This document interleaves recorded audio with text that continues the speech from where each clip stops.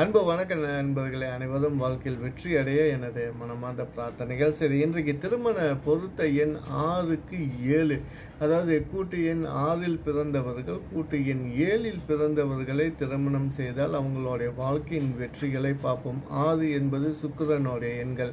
இவங்க ரொம்ப அன்பு, பண்பு, பாசம், அரவணைப்பு இதில் ரொம்ப கவனம் செலுத்தக்கூடியவர்கள்.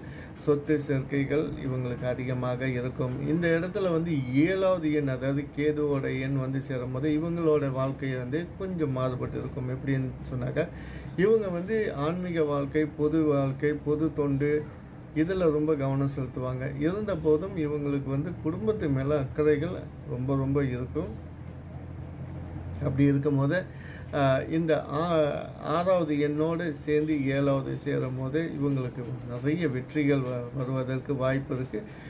குடும்ப வாழ்க்கை ரொம்ப சிறப்பாகவே இருக்கும்.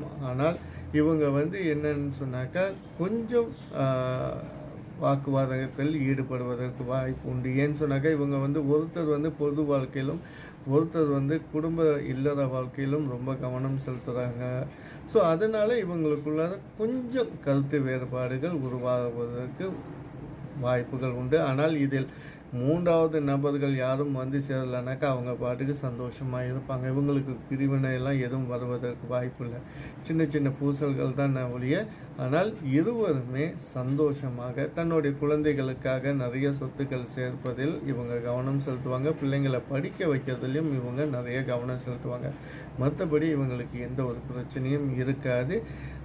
ஒரு 45 வயதுக்கு அப்புறம் இந்த 7வது எண்ணோட ஆதித்யம் அதிகமாகும். இவங்க யாத்திரைகள், சுற்றுப்பயணங்கள், அதாவது முக்கியமாக ஆலயங்கள் சென்று சுற்றுப்பயணம் செய்வதும் மற்றவர்களுக்கு பொது தொண்டு செய்வதும் இவங்களுக்கு அதிகமாக ஆகும். அந்த ஒரு காலகட்டத்தில் இந்த 6வது எண்ணும் அவங்களோட சேர்ந்து சென்று இந்த செயல்களை செய்வதற்கான வாய்ப்புகள் உண்டு. தன்னோட குடும்பத்தை வளர்ப்பது மட்டும் இல்லாமல் பொதுவாக அனைவருக்கும் போய் உதவி செய்து உதவியினால் பேரும் புகழும் அடையக்கூடிய ஒரு கப்பல்ஸ் தான் நம்ம சொல்லலாம். இவங்களுக்கு அப்படி ஒரு நல்ல ஒரு பேர் பொதுமக்களிடமும் கிடைக்கும். நன்றி, வணக்கம்.